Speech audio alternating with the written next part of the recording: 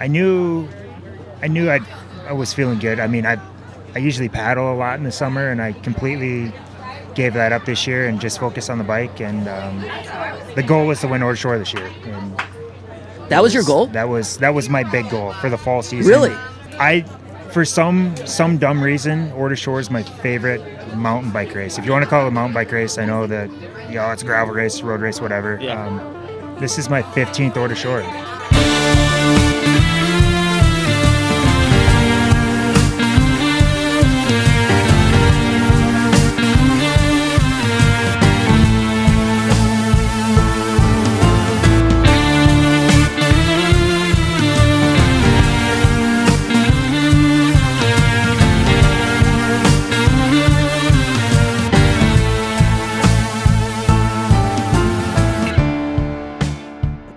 From KOM Cycling and Michigan Midpack Media, welcome to the Dirty Chain Podcast, the podcast that covers the cycling scene from the viewpoint of the Michigan Midpack. I am your host, Trevor, and on this episode, an interview a long time in the making, Jorden Wakeley, this year's winner of the Order Shore mountain bike race, along with this year's winner of Lumberjack 100, Coast to Coast, a conversation I've wanted to have for a very long time. But before we get to that conversation, I don't know if I'm going to call him a podcast regular, but you've been on the podcast a couple times, Scott. Scott Richard. Scott, it's been a while. It has been a while since we've talked on microphone. When was the last time we had I think Polar Roll was the last time we spoke. Oh, no, Iceman last year. But Scott Richard, thanks for coming back on the podcast. Thanks for having me. Hello, everyone. I mean, it's not been a while since we've talked. I mean, I feel like we talk all the time. Daily. But I invited you back on the podcast because you were also up. Last weekend was Order Shore, and a lot of people from all over Michigan, all over the Midwest, traveled into Marquette for the race, and I was one of them. I raced. Scott, you were one of them. You did not race. Spectating. I have taken the year off of racing, but I still enjoy the atmosphere and all of the events. So there's a lot of them that I have gone to watch and cheer, and so I will continue to do that. So that was my Order Shore experience as well. You know, it is funny though, because I think the first time that you were on the podcast was one of our first episodes, and it was all about Order Shore. You're right. I don't know what 2019. Yeah. And yeah, I remember. Did you do the Hard Rock, the 48? Correct. Yeah. That's all. I've never done the 28, and maybe if I go back, I might do that. Just the 28. Yeah, for fun. You should have done the. I know you tried. Remember, you tried to sign me up this year for the 28. I tried to sign you up for every. I mean, I thought maybe the 48, maybe the 28. They had day of registrations, and I think, what was it, like $105? I was trying to give you cash just so you would sign up. You were. How was it on the other side, though? I mean, Order Shore, I talked about it last year. I mean, you've talked about it. It's a great race, and even Jorden talks about it when we get to that conversation. He said it's one of his favorite races. I love the race. It's a great way to experience Upper Peninsula racing, or Upper Peninsula riding at all, or just like an introduction into it. Yeah, it's the whole package. It is a whole package. But how was it for you? I mean, you ride a lot. You said you're taking this year off of racing. How was it to be on the sidelines, I guess? It's a perfect event to spectate. Not necessarily you're seeing all the racers, but like the finish line atmosphere there is great. With food trucks and a band and the beer tent, and there's plenty of parking. You can see your racers off at the start. I mean, the 48-mile version and the 28-mile. even though there's 20 miles difference, they're only like a mile apart from the start from each other. So if you've got family members doing 48 and family members doing 28, you can see both of them off. They're an hour apart, and then you have time to get down to the finish line, set up, and watch everyone come in. And so the setup and the way that event goes works really well for that. And I mean, yeah, and it's also very family oriented. I mean, beyond the hard rock, soft rock, there's other races. They have the kids race. There's like there's a 10-mile race, and there's a 4-mile race, and then there's a Strider bike race for the other kids. So, I mean, there's things going on all day long. I mean, you really get a feel for the up north feeling and the racing, and it's just a great event. And I think I've said this before. I've made this comparison a lot, but it to me, it's kind of like a UP Iceman. I mean, it's a point-to-point, and that style of quote-unquote mountain bike racing is not super technical. It's like fast. It's a 2-track. There's some sections, but a little bit smaller scale. I mean, it's a very large start. Matter of fact, I believe the start for Ore to Shore is a larger mass start. Technically, because it's not waves, right? It's not waves. Yeah. They all go off together. I videoed the start of both the 28 and the 48. The 28-mile start, it was 4 minutes long, at least 4 minutes long for everyone to clear the start line. That's how many people did the 28, and it was about 2.5 minutes for the 48. I didn't realize how much larger the 28 race was than the 48. Well, it's accessible, and again, because of the family atmosphere, I think a lot of stuff. A lot of people. It's amazing how many like first time participants you see showing up for this race. Again, because you said it's 2-track, some single track. It's the topography of the race, especially from the 28-mile. There's not a lot of elevation. It's you're kind of working your way back down into Marquette, and it's attainable for a lot of people. They see this, and it's so it attracts a lot of people. But again, a lot of repeat customers too. Though there's a lot of people that love that race and come back every year. But I feel like it does draw like a lot of first timers that are interested in racing. And you're up in Marquette, and a lot of people too. They'll come up. Not only will they come up for the weekend, but they'll come up with their families, and they'll stay long. They'll stay for the week, or they'll stay a long week and enjoy all the other things up in Marquette area. Yeah, I think it is a super accessible race for all levels of rider. And that is why it is so incredibly popular. And like a great introduction to riding up in the UP or in the Marquette area. But to be fair, the reason that I actually wanted to talk to you on this is opposite of what we just talked about. Completely opposite of what we talked about. Not accessible, not introductory riding.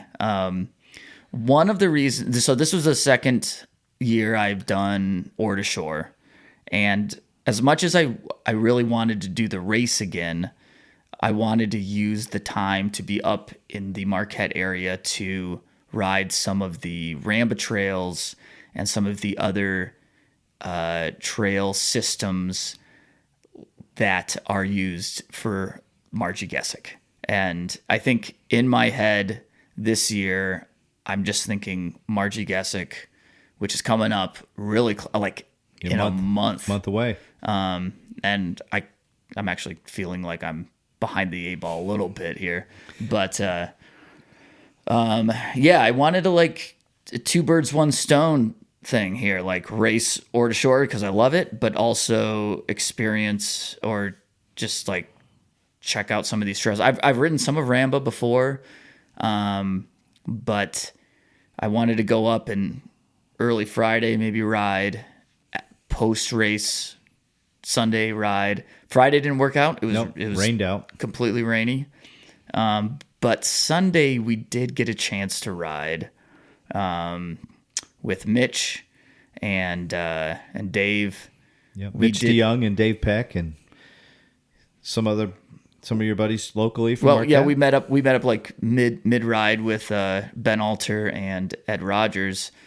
But we did the last, how many miles? 20? So it's I mean, it was 20 miles. The last 20 miles from the last time you leave Jackson Mine Park until the finish line of the Marji Gesick. Yeah, and again, I realize that we're like, we changed direction completely from ore to shore, but the experience that I had riding the RAMBA trails from Jackson Mine Park, the last 20-ish of last year's Marji, Yes. whatever this year will be, we're not sure.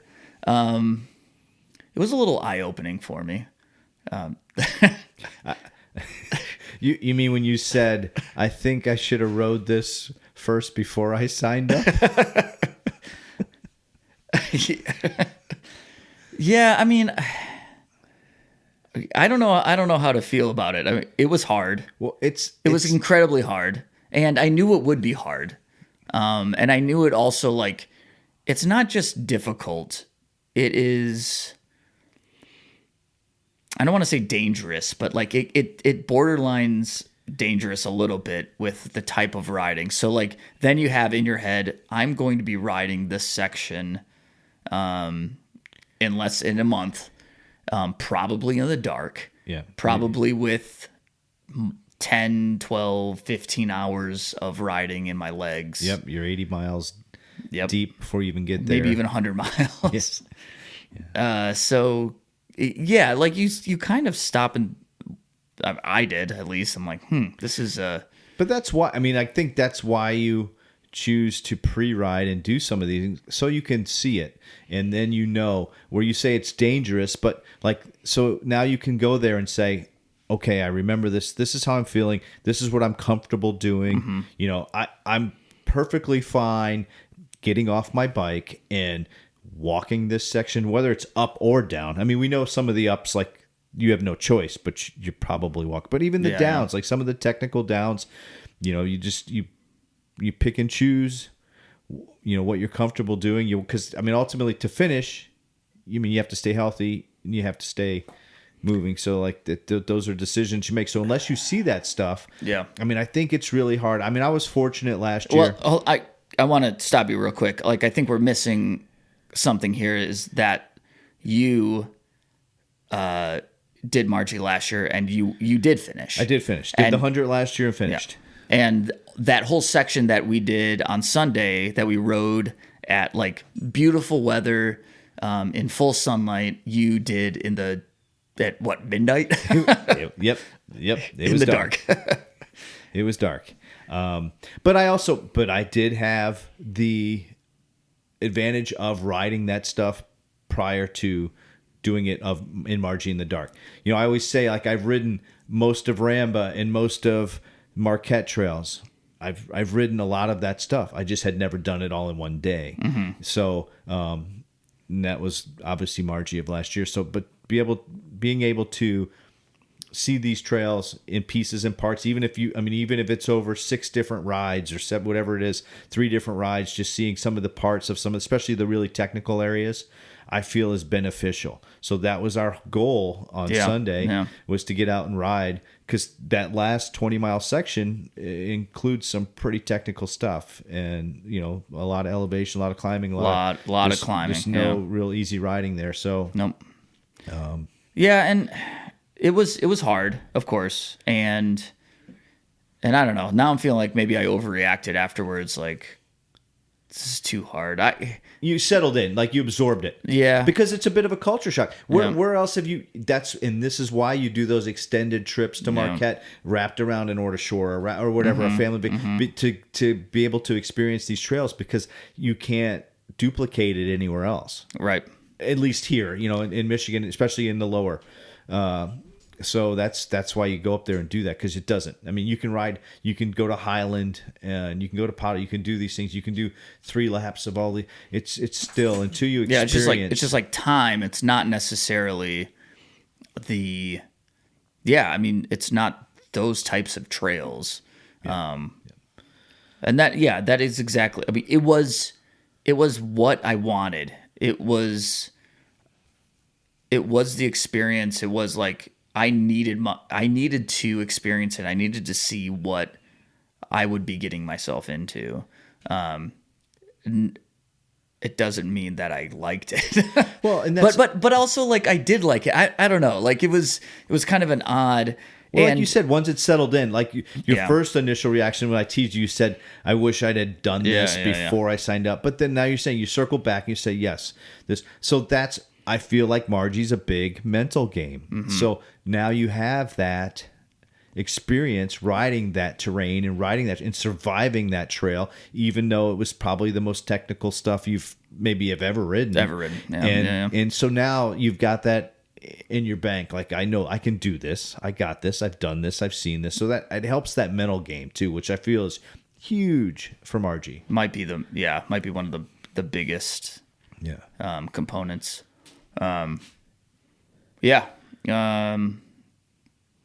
It'll be, I don't know. I mean, I feel like I don't think I've been talking about it a lot on the podcast, maybe a little bit, but it is one of my biggest goals this year. And it is just like finishing Marji. I am not that type of rider. So it is like trying to figure out how to ride these technical trails, how to pace myself, how to, whatever. Well, this is not your comfort zone. And that's why I wanted to do it. Yeah, I mean, this is, even the basis of the podcast was just like gravel scene, racing and mid-pack. I mean, and you get busted a lot about, like, because you call yourself the mid-pack and you're a very accomplished gravel rider and you do very well and you've been very successful in that and you work hard at doing that. But you know what you can practice a lot right here? Gravel riding and racing in mid-Michigan. So in this, I know you've obviously drawn more interest in mountain biking. You've come out a lot and have done local rides and started riding a lot more on the mountain bike scene, and that's something you wanted to get interested to. Marji was something that you had on the radar, and you're going for it. So I'm going to be there to sag for you because, again, I'm not racing this year, so I'm going to help you through it. And that's appreciated. I mean, and just like talking to you about this because you've experienced it, you've done it, you've gone through it. I think everyone that I know who has done it, I've been like just asking them about, what would you do here? How have you done this? And I think the Marji community is pretty good that way of just everyone's willing to or wants to like be helpful. Oh yeah, and if you get on their Facebook pages, I mean, all the talks and all the questions, and everybody's got information. Everybody's, I mean, it's and everybody also has different. I mean, everybody's got their own different ideas and different opinions. People approach it differently. I mean, you got those very strong riders that, I mean, their goal is to buckle and to do the Marji in a sub 12 hours, and then most of us, the goal is just to finish. And what does it take to do that? And what do I need to work on, or what am I going to have to be good at? And I never thought, like, I mean, buckling was never even in my mind. But I realized doing that section of RAMBA that we did, that it was just like, oh, finishing is the only goal, and that's okay. That's totally okay. But anyways, I don't mean to kind of take an Ore to Shore conversation and turn it into a Marji conversation, but this will definitely be a topic that will be coming up, in the next few podcasts, and I'm sure that we'll be talking about Marji more and more as I attempt and see if I could finish. So is it fair to say that, I mean, you went up to Marquette for Ore to Shore weekend wanting to do a little bit of riding of RAMBA in preps for Marji, and just doing a 20-mile stretch of the Marji trail had a pretty big impression on you that it was worth discussing? Correct. Even though we had a big race of Ore to Shore this weekend. Correct. Yeah. I did 50 miles of Ore to Shore, which was awesome. But that 20-mile section of RAMBA that was in Marji, I was like, holy moly. Maybe we should talk about this a little bit. But I mean, I don't think it's not out of the realm, because it's all Marquette. and it's Jorden, who we'll get to that conversation here in a second. I mean, he just won Or to Shore, but also he's done Marji, and we talk about that a little bit too. So it's not necessarily totally out of the topic for. And I'm sure you're not the only. I mean, you're definitely not the only person that was up there this weekend that rode RAMBA trails and Marquette Trail and other trail systems in maybe also preparation for their attempt or at a Marji. So but anyways, thank you, Scott. My guess is we will have a few more conversations as maybe not as we get up to it, because it's going to be here. It's close. It's going to be here really soon. But maybe post Marji we'll have to come back and discuss how it went. Yeah, maybe if by chance we get another pre-ride in before raced, we can discuss a little bit about we can add into the discussion of post race. But yeah, for sure. But for now, let's get right to the conversation with Jorden Wakeley. Congratulations, Jorden. I can't think of a better place to have an interview in Marquette than Black Rocks Brewery. And Jorden and I met up in Black Rocks, and we talked about his Or to Shore victory, but way more than that. We talked about just him being maybe one of the quintessential Northern Michigan athletes. And it's not just a bike racer, but a cross-country skier, canoe racing. We talk about canoe racing. But I've been waiting to talk to Jorden for a long time, and super excited to have the opportunity to at Black Rocks in Marquette, Michigan, after Or to Shore. So let's get right to it. Jorden Wakeley, men's winner of the 2023 Or to Shore, out of Marquette, Michigan.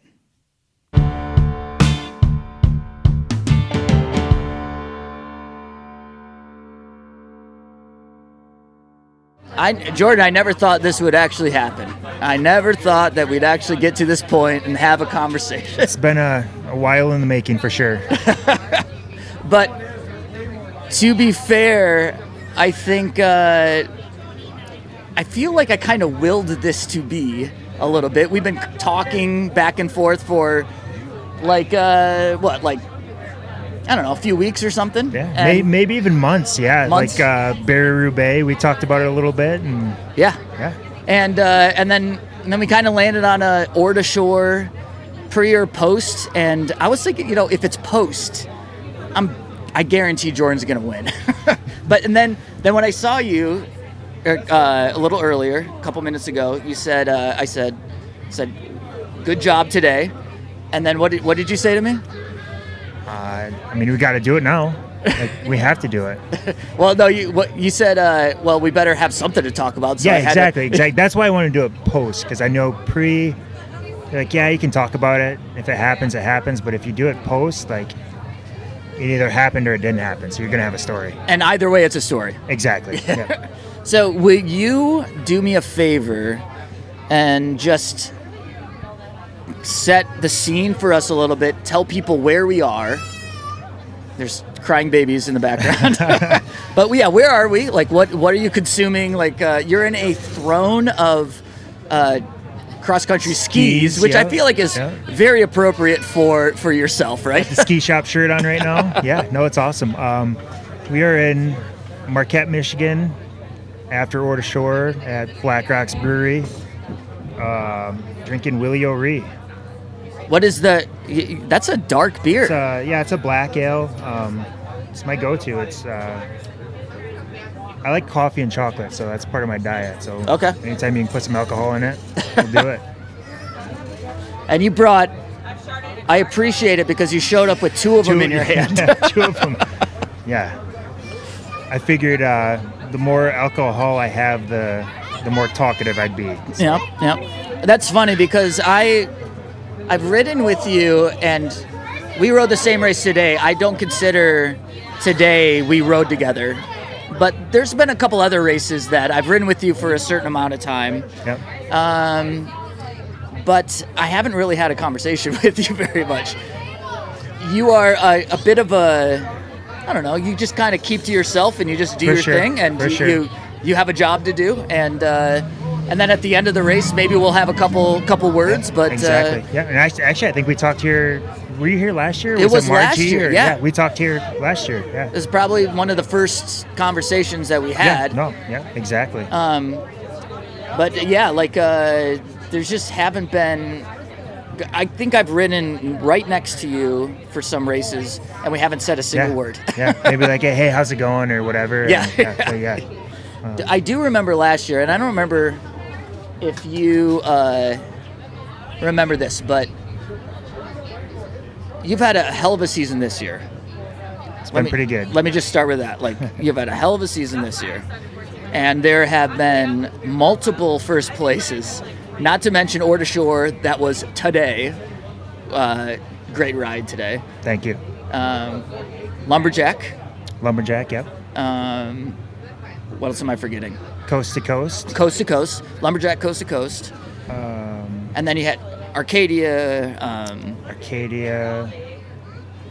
There's a couple small ones in there. Hanson Hills, maybe? Hanson Hills, yeah.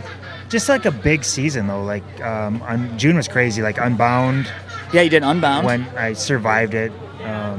Unbound, Lumberjack, Coast to Coast, all in June. And I knew I was feeling good. I mean, I usually paddle a lot in the summer, and I completely gave that up this year and just focused on the bike. And the goal was to win Ore to Shore this year. And that was your goal? That was my big goal for the fall season. Really?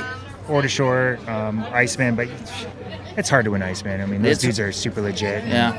You've had incredible finishes at Iceman. Yeah. But that's so close, but that's so really far cool away. to hear that Ore to Shore was your goal. For some dumb reason, Ore to Shore is my favorite mountain bike race. If you want to call it a mountain bike race, I know that it's a gravel race, road race, whatever. Yeah. This is my 15th Ore to Shore. That's incredible. Yeah. 15, and a lot of people are asking you, like, hey, congrats, your first one, blah, blah, blah. I did win in 2016, but it was so long ago that nobody remembers. No one. Or maybe 2015. Okay. I didn't even remember. Okay. So, yeah. But this year was, this is what I was getting at. So when I saw you here at Black Rocks last year, and we were just chatting, and you said, you know what, I think next year I'm going to put it all into cycling. Yeah. And I think a lot of people, probably in Michigan at least, like, know you as a multi-sport, multi-disciplined athlete. Very like a Michigan kind of athlete, where for sure. you cycle in the summer, cross-country ski in the winter, and then you also have this paddling thing, which is incredible. Which actually, that's all I want to talk about. Let's just talk about canoeing. Okay, so cat's out of the bag. Next year, I'm just going to focus on canoeing. Dead serious. You heard it here. But, yeah. But like, I remember you saying that last year, and I was like, that's super cool. Like, I wonder what will happen with that, and if you focus on just cycling. And what I've seen so far is shit. I mean, you've had it's been decent. Yeah. So, talk to me too. Like, you have with Giant, you've been kind of have a partnership now with Giant, and they've sent you to their Giant facility in California. Yeah. I mean, so it's not just it's not just through your shop where you're getting deals with Giant. Like, this is a bigger deal. Like, it's like Yuri Oswald is on the same. Is that? Yeah, no, true? it's pretty legit. I mean, I'm on the same team that Stephen Davest is on, Rebecca Rush, Yuri. It's pretty legit. I'm very thankful and fortunate for the opportunity. For sure. Yeah, that's incredible. I wonder. I follow you on Strava, and one of the questions I have is your training regimen. And how do you approach your training? I was just talking to Ed Rogers, who was sitting in, he was warming up your cross country Farting in my chair. Yeah, farting in your chair, and we were talking about how some people are so regimented with training and nutrition, Yep. and maybe they just let everyone else know that through social media or through Strava, and maybe you're just like hiding something, but what I'm seeing is you just go out and ride, and Exactly. and let it and that's it. Yeah, Maybe I mean, not. That's maybe not it. Like it's kind of that's kind of the deal. It's all by feel, just like tire pressure. If somebody asks me my tire pressure, I just squeeze it. I'm like, I don't know what that feels like. It's by feel. Training. If I feel good, I go hard. If I feel like shit, I take it easy. Very rarely there are off days. I probably ride too much at too high of an intensity, but it seems to work pretty good for me, so I'm not going to change it. And I mean, has that gotten you in trouble before? Oh yeah, no, I literally driving up here yesterday. I woke up this morning.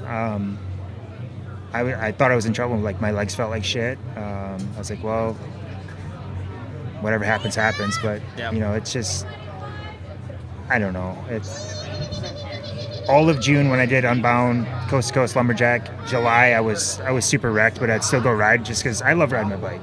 Like I have to go ride my bike.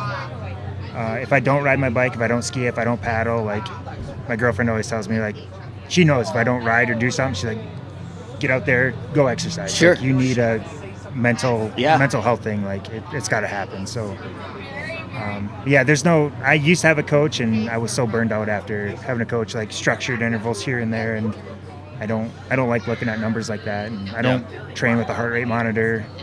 Power sometimes, but usually I get in trouble with the power meter because I try to see the highest number possible for the longest amount of time possible, nonstop, and it's not the best thing to do. So you don't train with a power meter at all?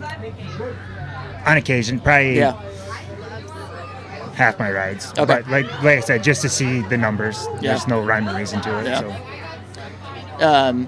Let's talk about today a little bit, just because we're here and that's what happened today. So it was, at least when I got through some of the sections, like the first half was super muddy. Yes. How did that affect the front guys? How did that affect you? It definitely made the group smaller, faster. The guys in the front are notorious for knowing how to ride mud well. Brian Motter, Caleb Schwartz, Daxton. They're legit mountain bikers with the mountain bike skills to handle the mud. There was a few crashes in the mud sections that wheeled the group down quicker than usual. Usually the last couple of years we've won over Misery Hill with 10 to 15 guys. This year we came over the top of 4. 4? 4 guys, yeah. So talk to me about this, because Misery Hill, like, when packs like what I'm in get to Misery Hill, I feel like everyone just gives up right away. Oh, yeah. Do you guys ride up it? So Daxton Mock tried to ride up it, and last year he did ride up it, or 2 years ago, not last year. Last year it rained.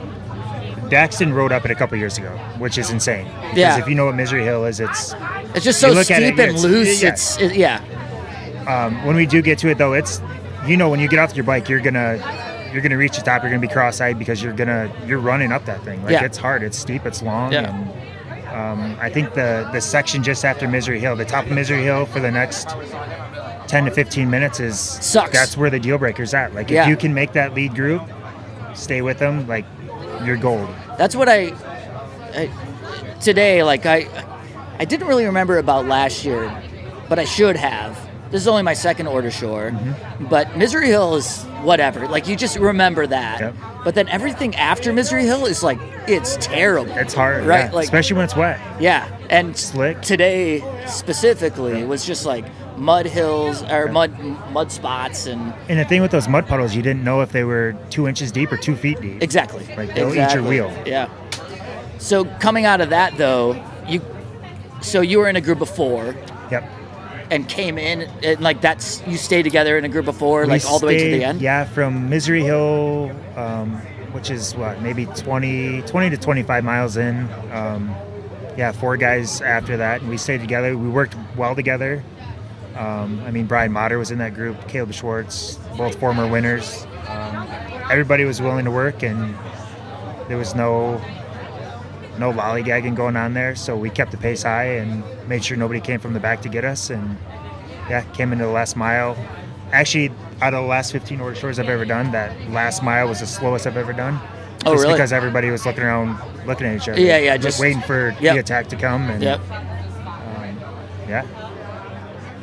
How are you? Because I mean, you were talking about doing Unbound, Coast to Coast, which you won Coast to Coast. Mm-hmm. I mean, this is a different animal. Iceman's a different animal. How are you kind of balancing the super endurance? I guess it's not necessarily ultra endurance, but like 200 miles is it's a long ways. It's a long ways, and then it wasn't even 50 miles today. It's a different animal, but I see a lot of the same type of athletes doing those same type of races. How do you see that, or do you look at it different? Do you approach it differently? It's definitely, like the Unbounds and the Coast to Coast to me is more of a survival race. There's going to be really hard efforts in it, but if you can just keep the wheels rolling to the finish, you're good. This one's 2.5 hours of cross-eyed, tactics. It's tactics too. Yeah. There's so many order shore, Schwamigan, Iceman. It's tactics, and I've never been good at that. Just like today, the soft pedaling the last mile, it killed me not to just try to take off and out-sprint these guys. But I've done it before, and I ended up 4th out of 4.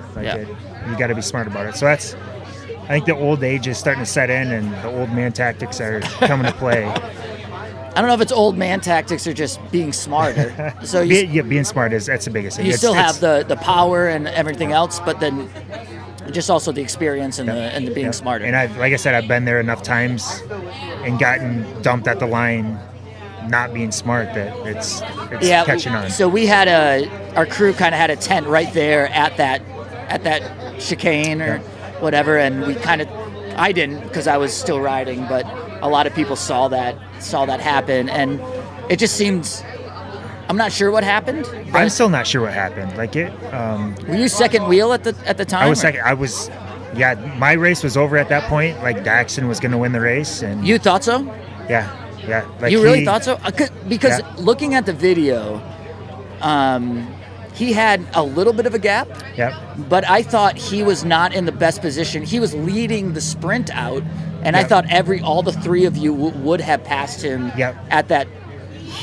But that's not how you felt? Yeah, no, I played all the cards I could to stay, 3rd or 4th wheel, but they weren't having any of it. I wanted to keep the wheels moving towards the finish, and so I was leading, and I happened to just look back at the right moment that I seen Daxton launch from 3rd place, and we started way earlier than I wanted to, but I knew when he came up alongside me, he passed me pretty easily, and I knew I couldn't match that. And so he had legs. Oh yeah, for sure. Yeah. And he came from 3rd wheel. He surprised Brian and Caleb, and I don't know what happened at the end there. I've watched many videos of it already, and I don't know if he just had I don't know what happened. Yeah, I don't know what happened either. Crazy. But what I do know is when you are at that point and you're redlining, you've been there, you don't make the best decision, yes, or maybe sure. you don't see the right thing, and it's unfortunate, but we came around that chicane, the first part of it, and my eyes went straight to the finish line. You can see down the finish chute, and for some reason he veered right. Yeah. I wonder too, the puddle kind of played a weird. It was a big puddle. It was deep. I don't know if he tried to just go wide around it and went way wider than he expected. Yeah. But if you look at the video, myself, Mater, and Caleb, we were all on the same line. So I don't know. He was going pretty damn fast. Maybe he just couldn't make that tight of a corner. I don't know. Maybe not. No, we came into that corner and he passed me. I'm like, well, I got second, and then literally 5 seconds later, I was like, oh shit, he he's off. Like, I just won this race. Like, Yeah, it's crazy. Yeah. It happened that fast. What so now you're part of this giant team. What's it called? Giant off-road team or giant? So it's not factory. They're kind of dubbing it as like an ambassador program. Okay. I mean, there's guys that are doing the free ride stuff, and yeah.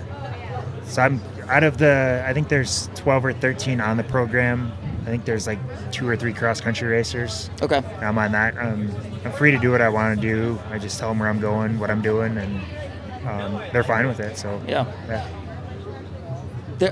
I feel like a lot of, I mean, if you look at riders like that, California, West Coast, you know, I mean, there's not a lot of sponsored ambassador, whatever, like in the Michigan area. I mean, how do you feel about just doing your, like, I don't know. I mean, like I look at Jorden Wakeley, and he's like, you're working at the bike shop, you're going skiing, you're doing your just commuting with your bike. Like, is that what you want to just continue? Is that the lifestyle that you have decided that's what you want? And so which is awesome. Like, or is there something else that you would love to do? You know, it's the lifestyle I love. You know, I'm 33 now. Back 10 years ago, I thought, you know, I want to be a professional cross-country rider, blah, blah, blah. And, you know, it came to the realization by 24, 25 that it's not going to happen.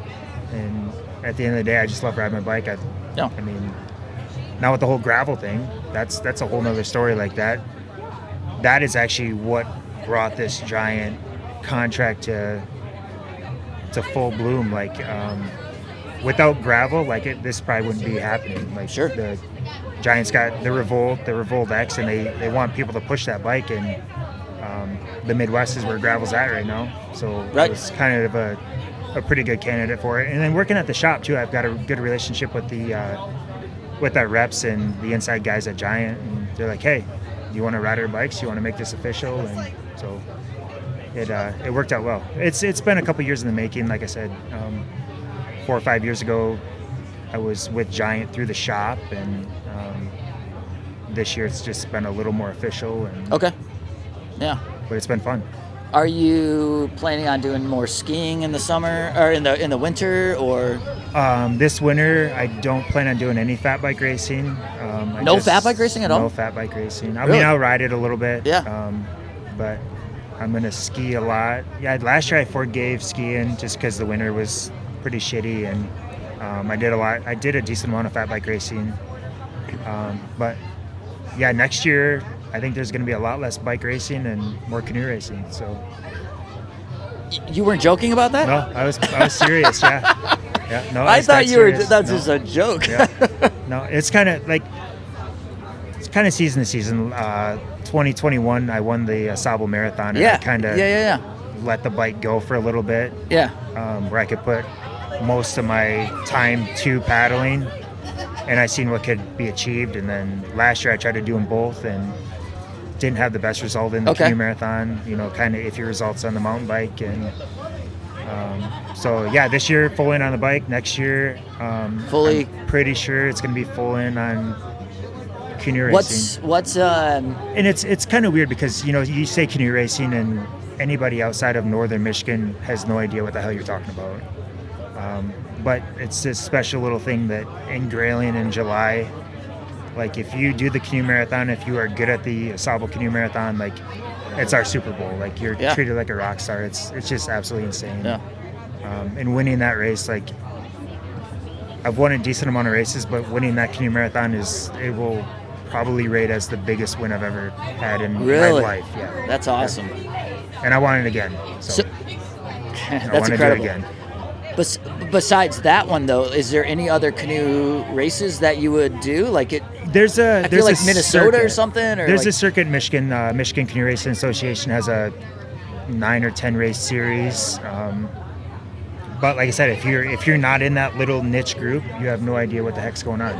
You know, it'll be there's canoe races down in Ann Arbor, And these people have never seen a race canoe before. I mean, an 18.5 foot long, full carbon fiber, like weighs 30 pounds. They're, you know, you race down in Ann Arbor, people look at these boats and like, what the hell are you guys doing? But there's that one weekend a year in Grayling, Michigan, the Asabo River Canoe Marathon. If you were on that start line, even if you're last place, you're an absolute rock star in that town, in that community. And if you go to Paddle Hard Brewing, yes. you know how, like, the fact that the whole brewery is based around paddling. Yep. And they have a countdown to they have a countdown clock. Yep. There's paddles on the wall. There's an actual marathon pro boat hanging above the tap list there. Yeah.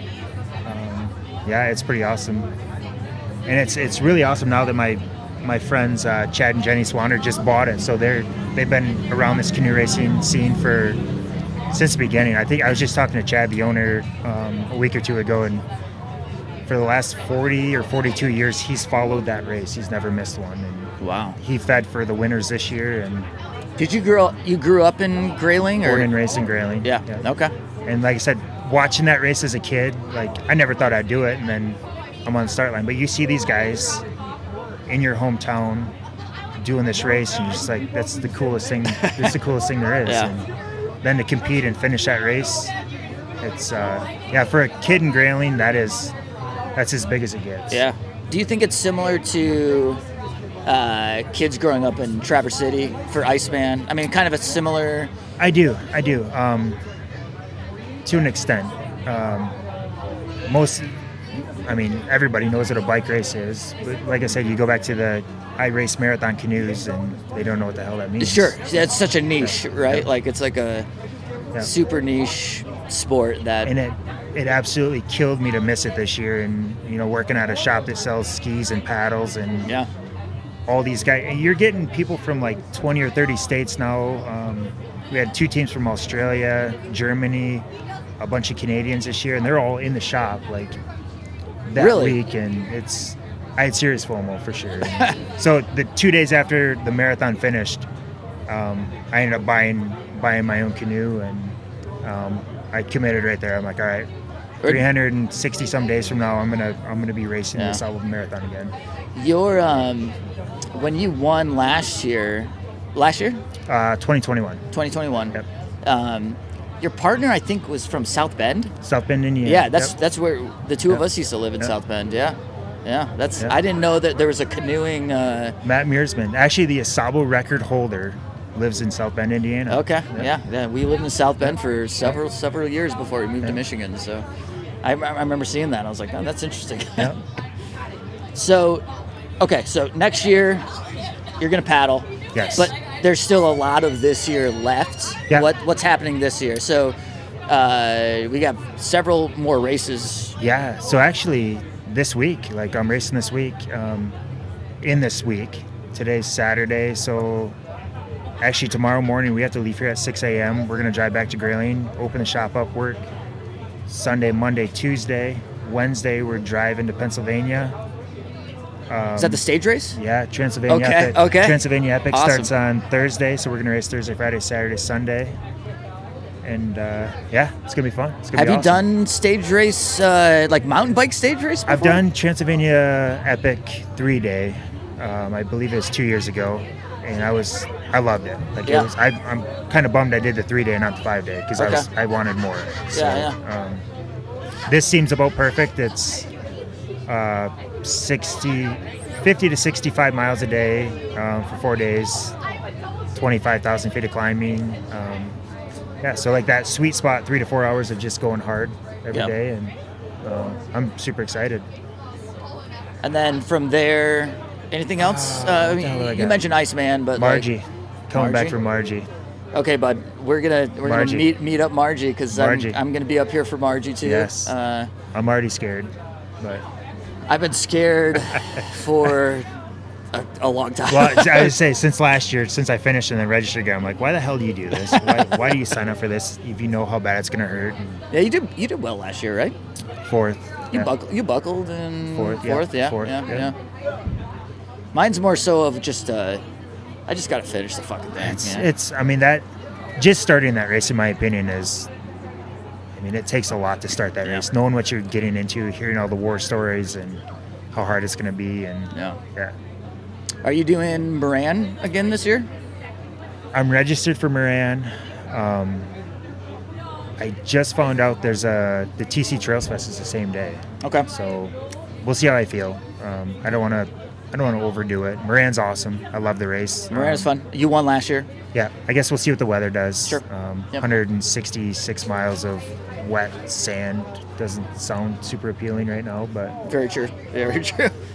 But what else am I going to do? We did 50 miles of wet and sand. Yeah, exactly. Today. Yeah. Well, cheers, Jorden. This was, I don't know. This is fun, man. It was fun. We finally linked up after. Yeah. I literally think a year ago today, you're like, hey, we need we need you on the talked, podcast. like, It's got to happen at some point. Yeah. We talked at Black Rock, Yeah. so we're like, we should do a podcast sometime, and now we're doing it at Black Rock. So No, good very stuff. fun. Yeah. All right. Well, congrats today, man. Thank you. It's like I said, I willed it to be. This is as much as you worked for this win. I feel like I have as much to do with it. Heck as well. yeah. No. Yeah.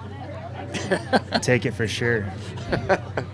We'll see you. At least at Iceman. Maybe Iceman. Marji. We'll see you at Marji. We'll see you Marji. here at Black Rocks. At Probably Black the day Rocks. before, day after. Yeah. Sitting in your throne. There you go. Yeah. There you go. Perfect. Cool. Thank you. Thank you. The Dirty Chain Podcast is a Michigan Midpack Media production in partnership with KOM Cycling, the source for your bike accessories and necessities. Connect with us on Instagram and Facebook at Dirty Chain Podcast. Email dirtychainpodcast@gmail.com. If you are enjoying the podcast, please leave us a rating and review on whatever platform you use to listen. Audio editing and original music by myself, Trevor Gibney. Thank you to Jorden Wakeley for joining us for this episode, and thank you all for listening to the Dirty Chain Podcast. And as always, keep your chain clean, but get your chain dirty. We will see you in the Midpack.